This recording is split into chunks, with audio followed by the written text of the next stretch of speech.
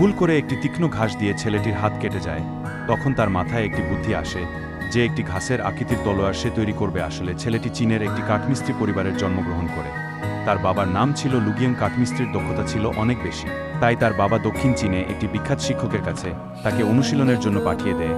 ওখানে গিয়ে সে তার শিক্ষককে কাঠ কাটতে সাহায্য করত। একদিন হঠাৎ করে কাঠ কাটতে গিয়ে তার কুঠারটি গাছে আটকে যায়। কুঠারটি বের করতে গিয়ে শিক্ষক এবং ছেলেটি পাহাড়ে নিচে পড়ে যায়। তখন সে লক্ষ্য করে তার হাত একটি ধারালো ঘাসের শিরা মাধ্যমে কেটে গেছে। ঘাসকে লক্ষ্য করে সে একটি আড়ি তৈরি করার কল্পনা।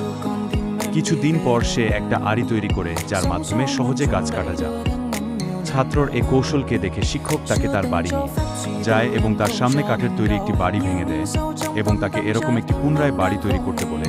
তারপর ছাত্র ঠিক সেই রকমই একটি পুনরায় বাড়ি তৈরি করে, কিন্তু তার পিলারগুলো ছিল অনেক দুর্বল, যার ফলে শিক্ষক তাকে বলে পরাজয়কে ভয় করো না, মানুষ তার সাফল্য তার দিকে পৌঁছায়। এই শুনে ছাত্র তার ভবিষ্যতে খুব